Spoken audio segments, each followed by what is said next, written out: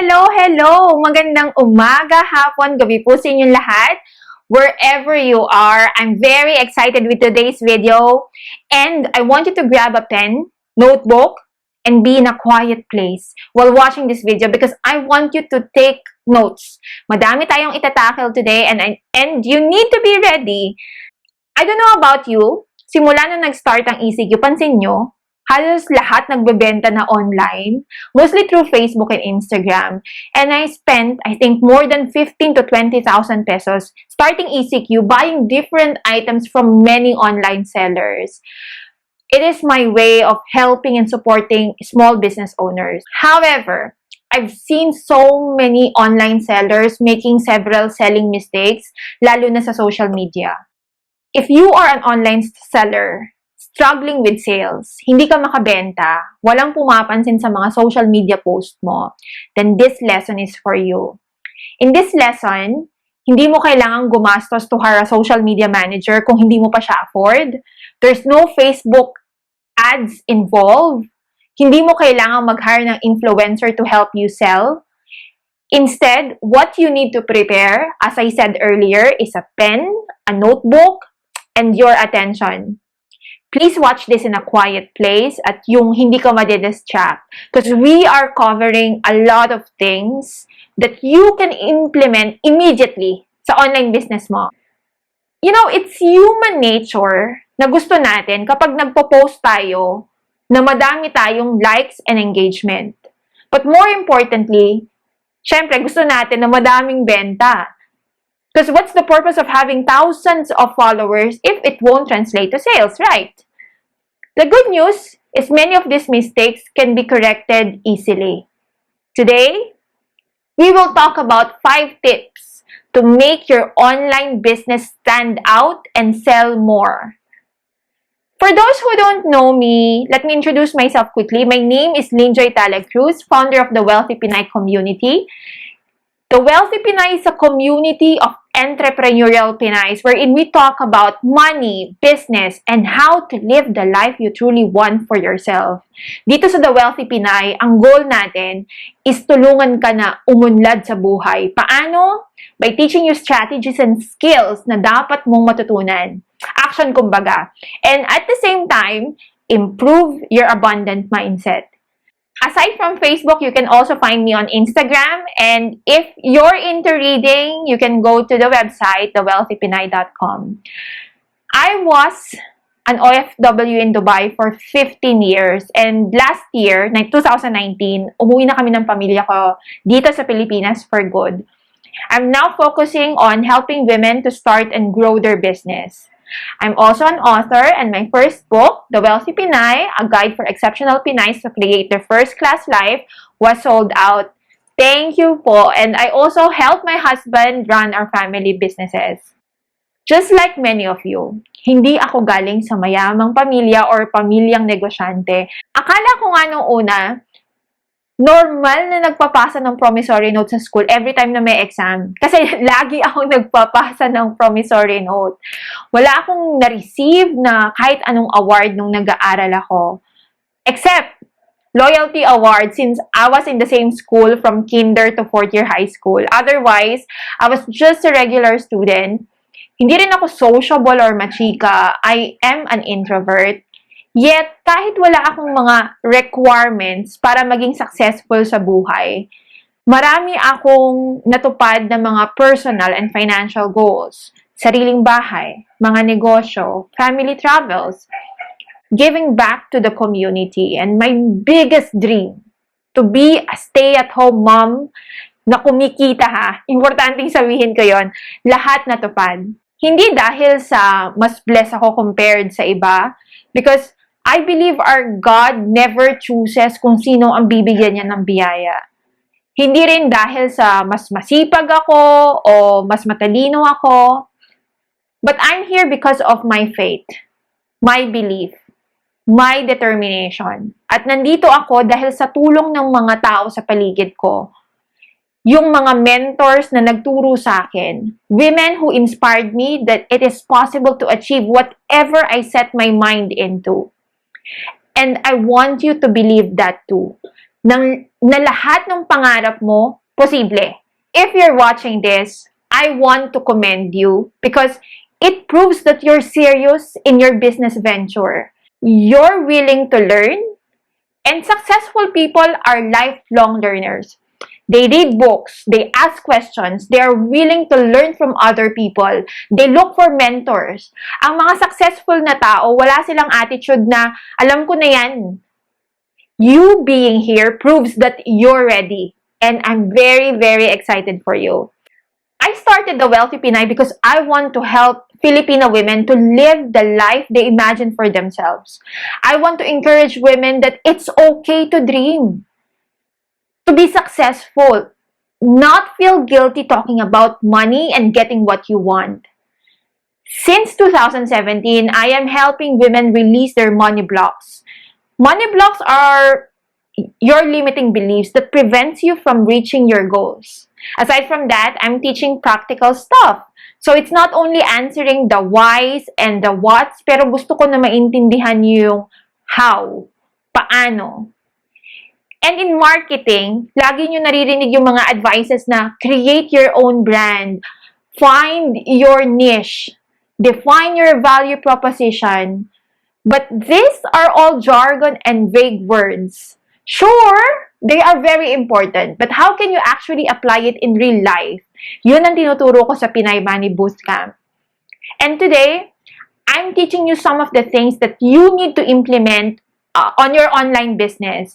It doesn't matter if you're offering a service or a physical product, as long as you are using social media as one of your marketing tools, then these tips will be very helpful for you.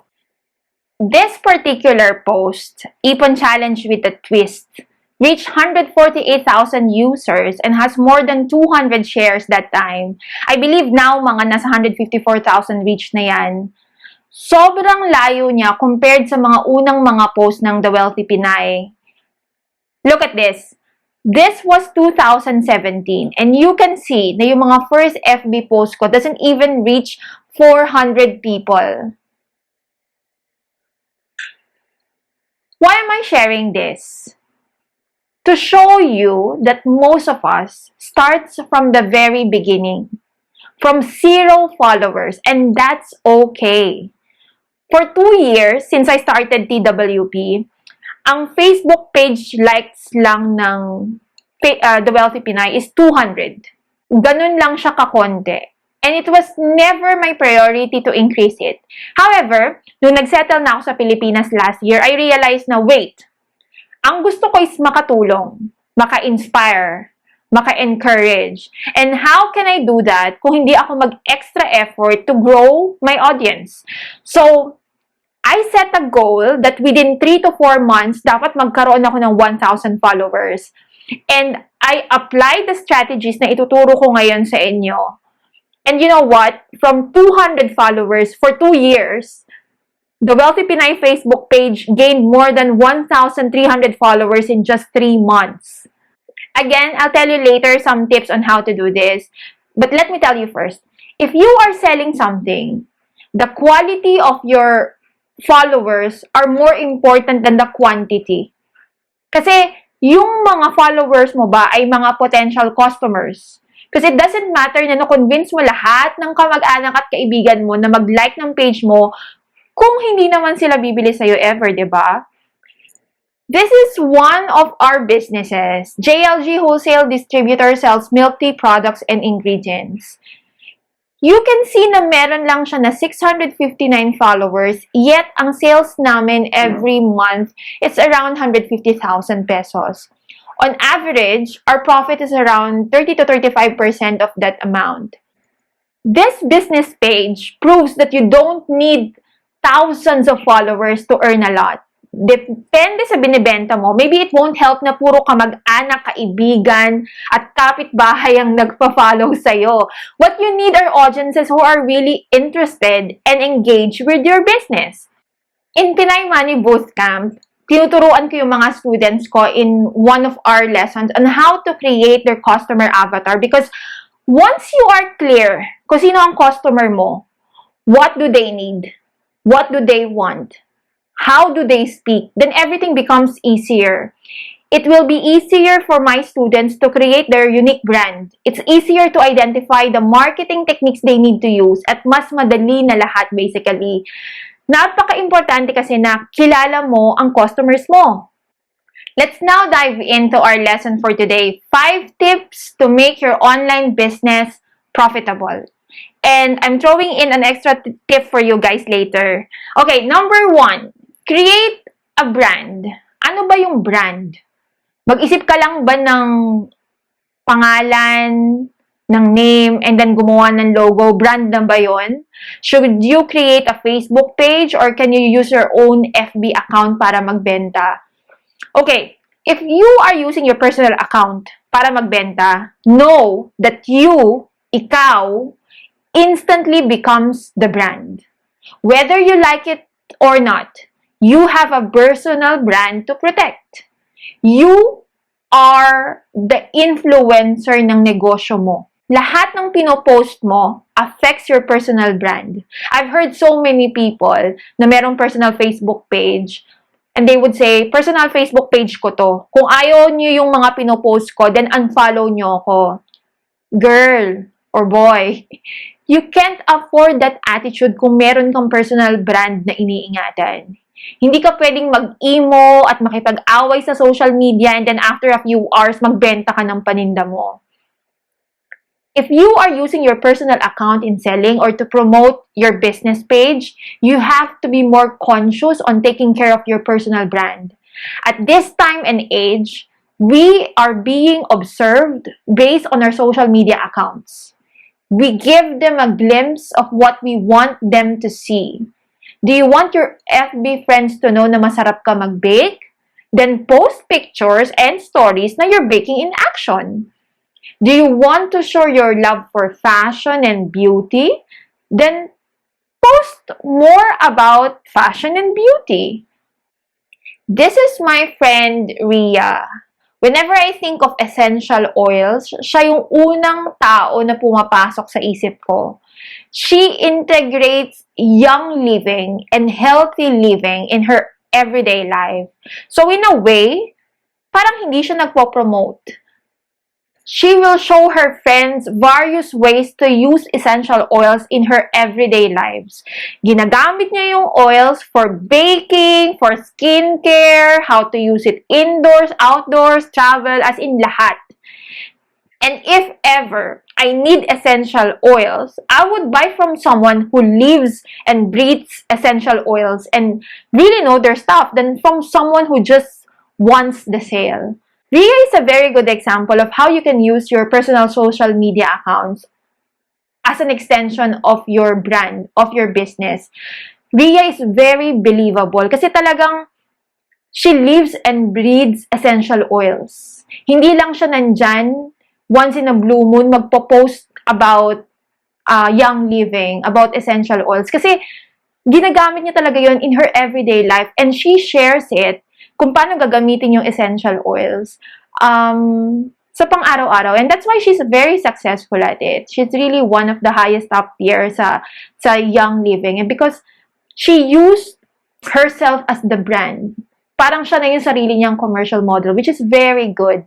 Okay, let's talk about creating a business page for your business. If you plan of setting up a business page, then of course, it will be a good idea to create a logo. There are many free logo makers you can use online dahil dati sa Word lang tayo gumagawa. Now, there are so many resources we can use. I recommend canva.com for all your graphic requirements. It's free. It's very easy to use. Drag and drop. As long as you have an internet, then you're set. There's also pre-existing templates you can choose, so hindi mo kailangan ng madaming graphic skills. Branding as a topic is so broad. And this is one whole module sa Pinay Money Bootcamp, which is an online lesson. It's an online training for the Wealthy Pinay community. So I cannot discuss everything here. But if there's one thing I want you to remember is to be consistent. Consistent in everything. Sales copy, social media posting, engagement, and that includes branding.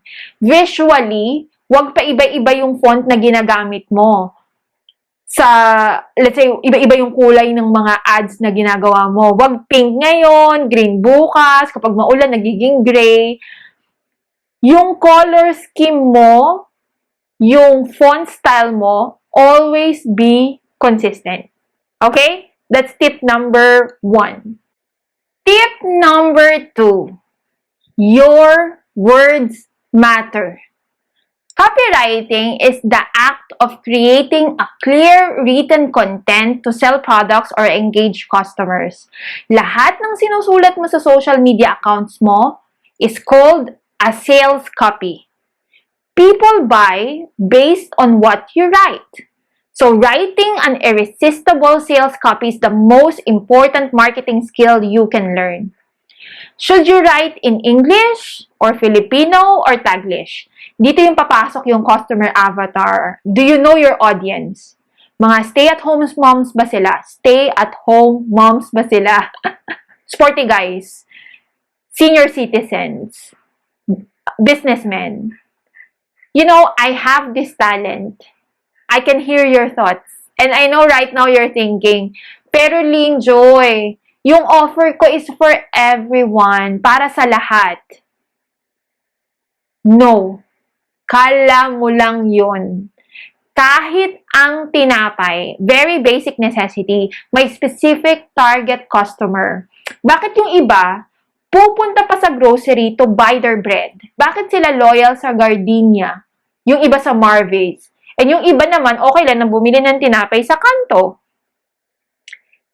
It is important na kilala mo kung sino ang binibentahan mo and write a sales copy as if you're talking to them.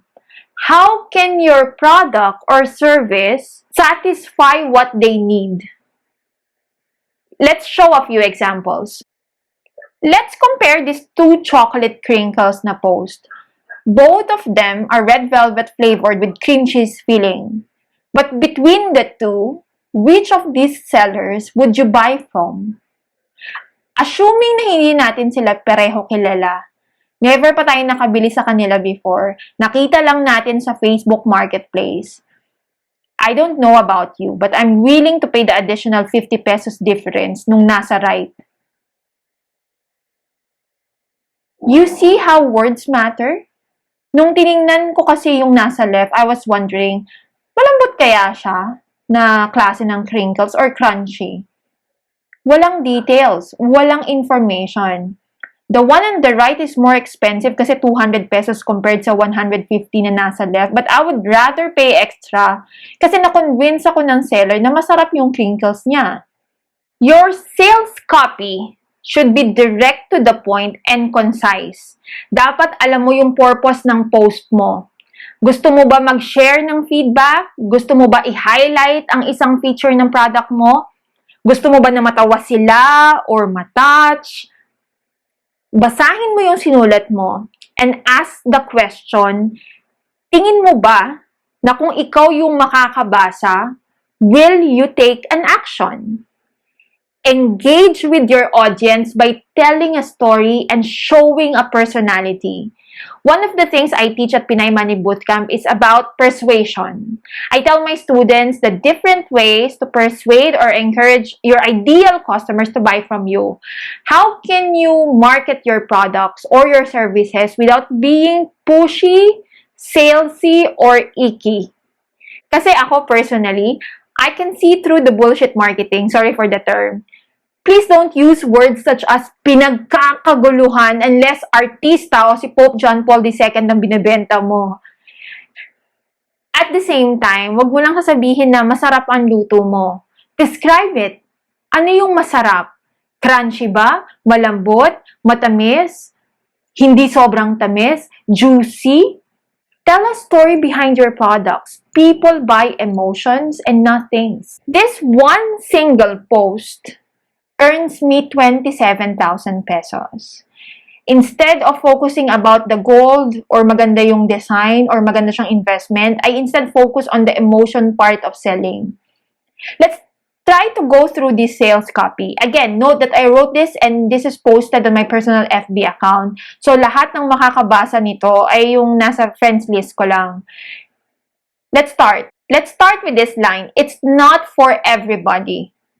This sentence gives sense of exclusivity and most people love to own something na wala silang kapareho.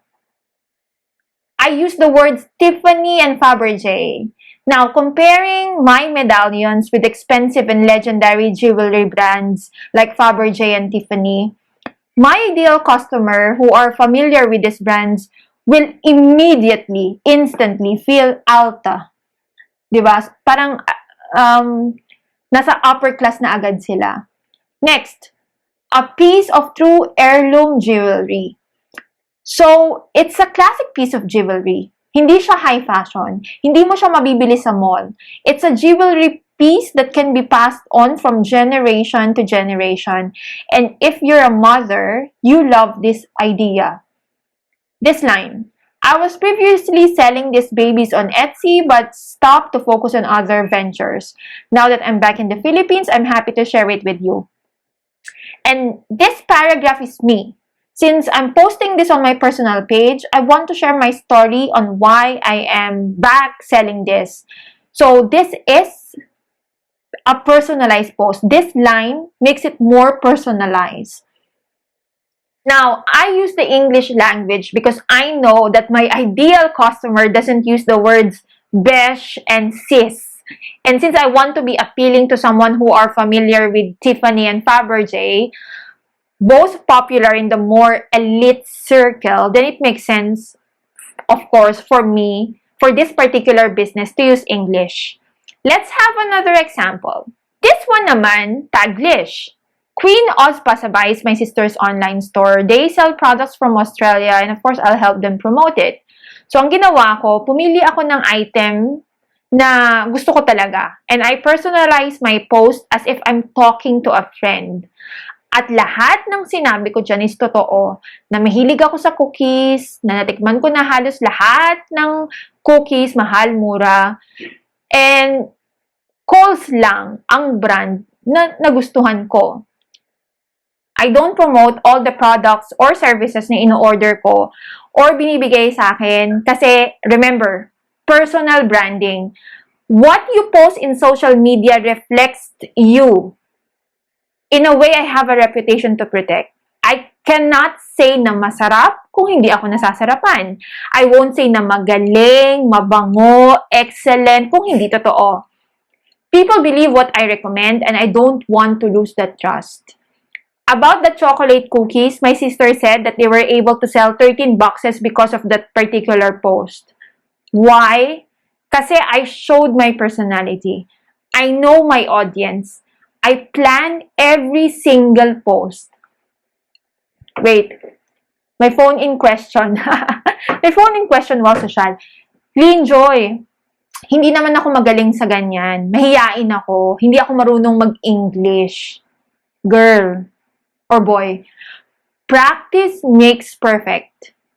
I-draft mo muna yung gusto mo sabihin, basahin mo, and ask yourself, maiintindihan kaya nila yung gusto ko sabihin?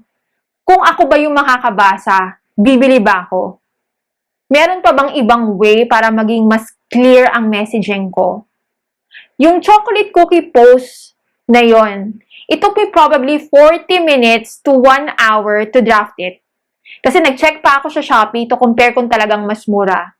I took several photos. I add more words. I remove some words. The works. So, even ako na matagal na to ginagawa, I still prepare for every post. And just like with everything in life, practice makes perfect. So, to summarize, tip number 2 is to show your personality. Tell a story. Huwag kang mag-copy-paste ng post ng iba kasi in the long run, it won't help you. Tip number 3, take good photos. Hindi kailangan na mamahalin ng camera, even your camera phone will do. Ang importante, maganda ang lighting, pumunta kayo sa maliwanag na parte ng bahay nyo, walang clutter sa paligid, tingnan nyo kung tama ang focus. Example, let's look at these photos. These photos show different sellers selling chocolate milk tea.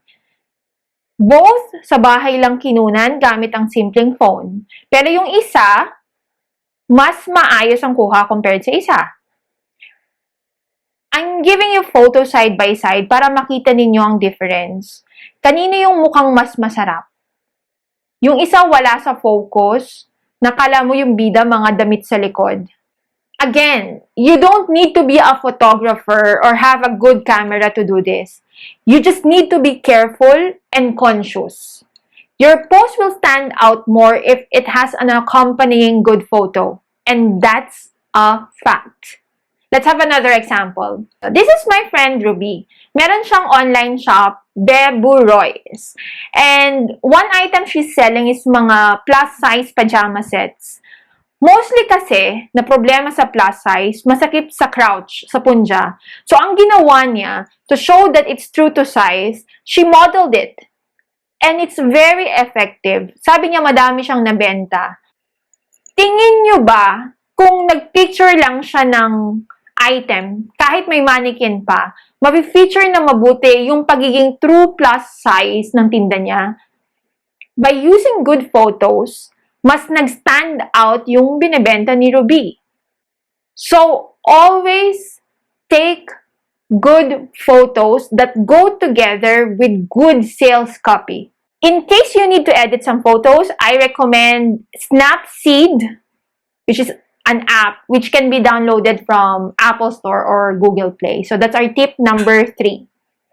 Tip number 4, show testimonials and feedbacks. Always ask for feedback and ask the sender kung pwede mo i-share yung sinabi niya. Post proof of purchase. Show people na may bumibili ng products mo for them to know that you and your product are legit. Hindi ito ang panahon na mahihiya ka. Because if you won't celebrate your success, who will? Managing the Wealthy Pinay for several years now, madami akong nare-receive na message na I'm very inspirational, na nai-inspire sila sa isang particular na post ko. And that's very good to hear. Pero sa akin kasi, if I want to sell my trainings, seminars, and courses, hindi lang enough na na-inspire sila or mabait ako or magaling ako. I want to see proof na na-achieve nila yung goal nila through my training, seminars, and courses. And this is specifically useful or especially useful for those who are in the service industry, let's say wellness industry, or you might be a consultant or a creative. Importante na meron kang testimonials that really shows you solving someone else's problems or giving them whatever they need. Joy is a single mom, and she said that because of my mentorship, she started several businesses, nakuha niya yung mga anak niya from her husband, and now she can afford to go on holidays kasama ng mga anak niya. Marie's here, a student of my goal setting and manifesting workshop, started practicing what she learned from our lessons and received the visa she was wishing for within 3 months. Joy is another student, another participant of one of my course, Make 2020 Your Best Year Ever. And she said that she gained clarity and confidence on what she needed to achieve her goals. So how do you ask for testimonials or feedback? It's just a matter of literally asking your clients and customers. And you can always ask follow-up questions hanggang sa makuha mo yung sagot na gusto mo. Let's look at this example. So this is an example of a feedback that I have posted sa JLG Wholesale Distributor. So, the client, Lexdel, have purchased the 9,900 starter package and they were operating for 3 days na. Actually, 2 days pa nga lang talaga that time yan. I asked her how many cups na yung nabebenta niya. And then, she said na 45 cups. I know for a fact na yung 45 cups na yun, for sure, they have already recovered either 1/3 or 1/4 of their initial investment. And I have asked this question to her para ma-realize niya. And yun ang sagot niya. na kung ganito kalakas araw-araw ang benta, makukuha na nila yung puhunan nila within a week, which is what I want her to realize and I want her to say. So, I ask her questions that will lead to the answers that I want. So, when you're asking for a feedback, don't be shy, don't be embarrassed to ask follow-up questions hanggang sa makuha mo talaga yung nasa isip at nasa puso ng customers mo. Hindi lang enough na sinabi niya na, oo, masarap, or, yeah, oo, maganda. Follow-up. Ask meaty questions hanggang sa sasabihin na talaga nila na sila pa yung magde-describe kung bakit masarap, kung bakit maganda. Then, take a screenshot. Ask permission kung pwede mong i-screenshot yung sagot niya and do it. Kasi, mas maganda yung ganong klase ng feedback or promotion na hindi lang sinabing masarap o maganda. Maganda talaga, meron pang description and you want the customer to really, to be the one na mag-e-explain nun, di ba? So, tip number 3, or actually 4 na tayo. So, tip number 4 is always ask for feedback, always ask for testimonials.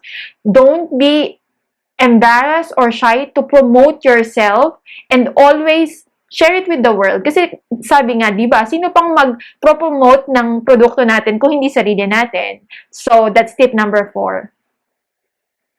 Tip number 5, always improve. If your online business is something that you would really want to operate in the long run, then remember to always improve.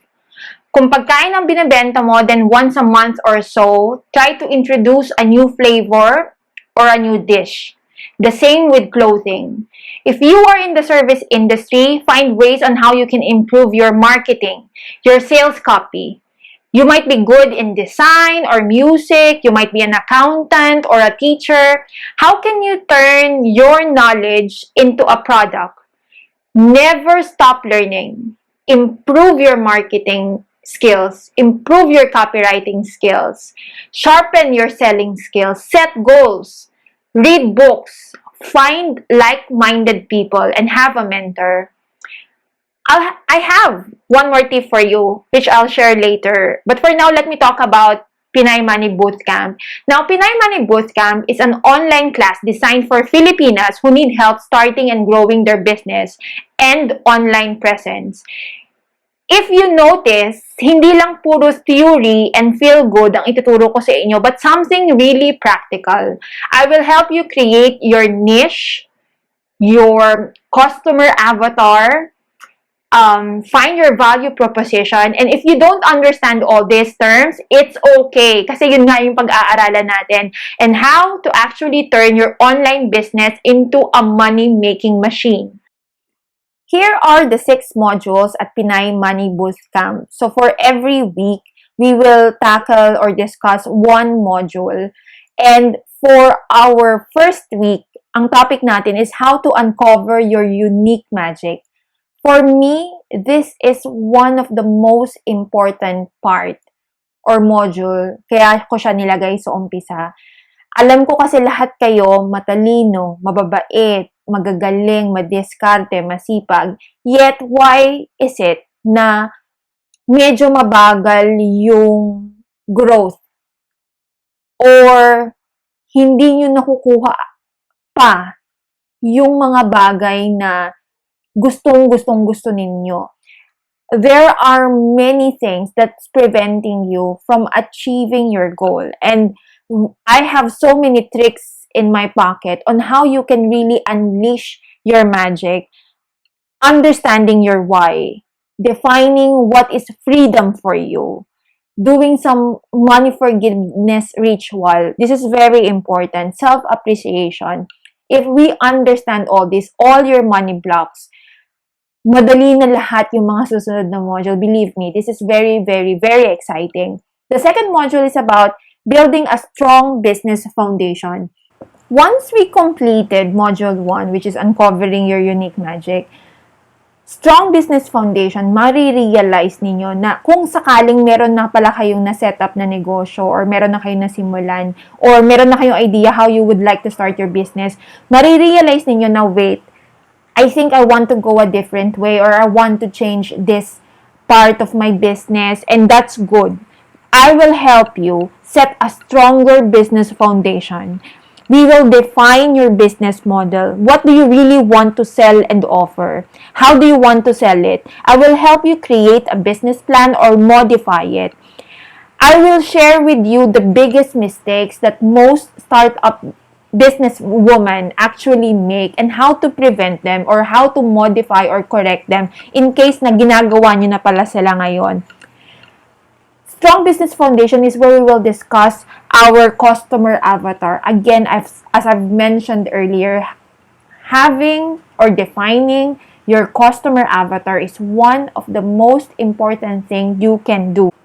Kapag kasi kilala mo yung customer mo at hindi lang yung tipong gusto ko magbenta sa lahat, my product or my service is for all, which, as I said, hindi pwede. Dapat talaga may specific customer ka. You know your niche. You know who are your customers.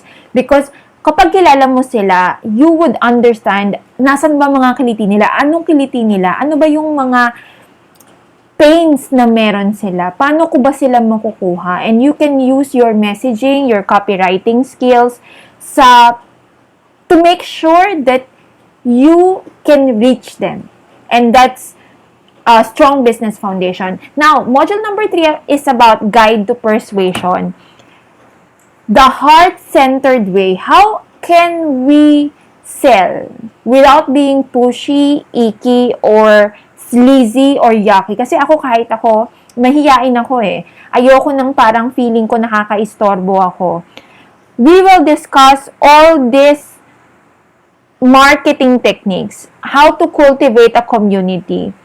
What is your sales messaging, your branding, your pricing to make sure na match siya sa customer avatar mo.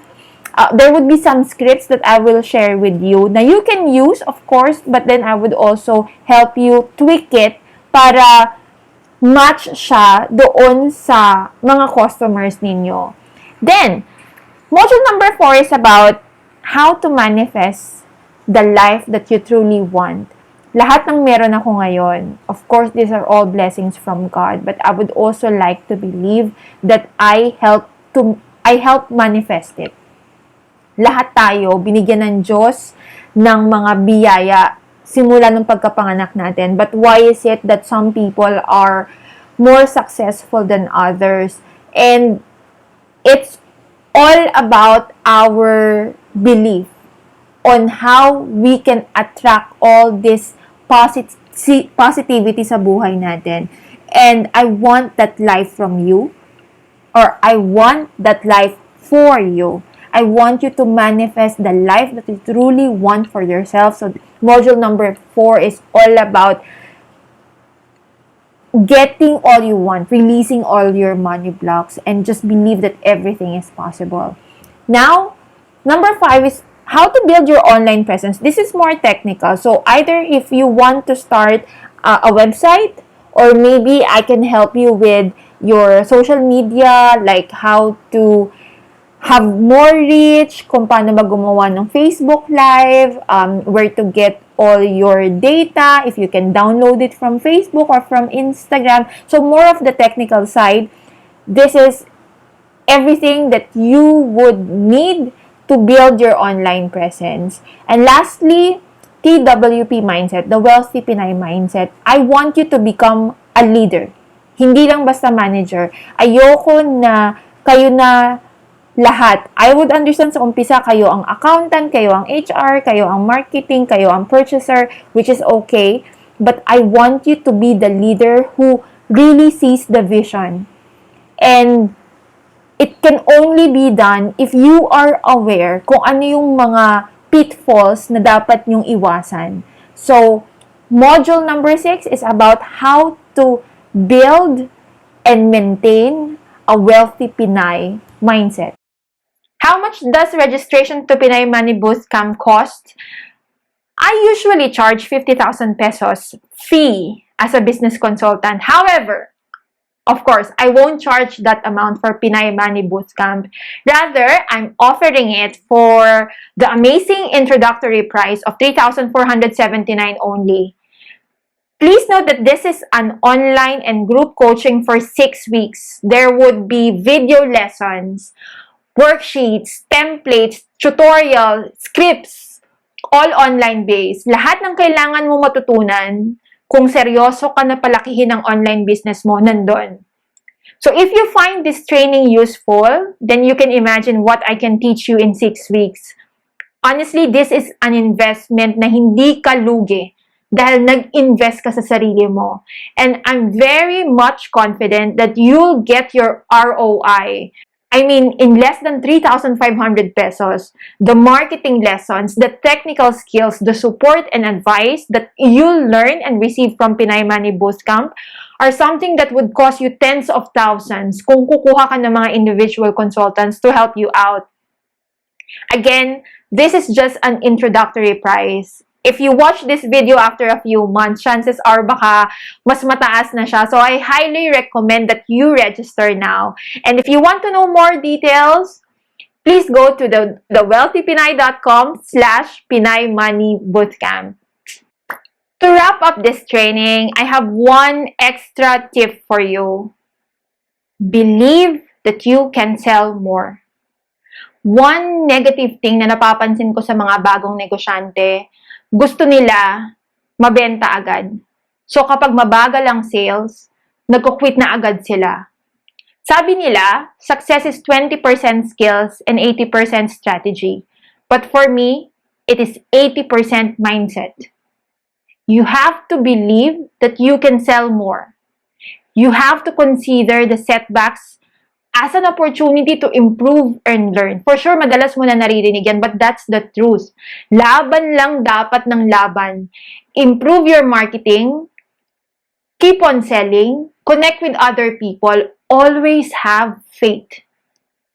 The fact that you completed watching this video means you are serious in improving your life. You are right on track, and I'm very, very, very proud of you. Remember, you deserve the life you imagine for yourself. Until our next video, bye!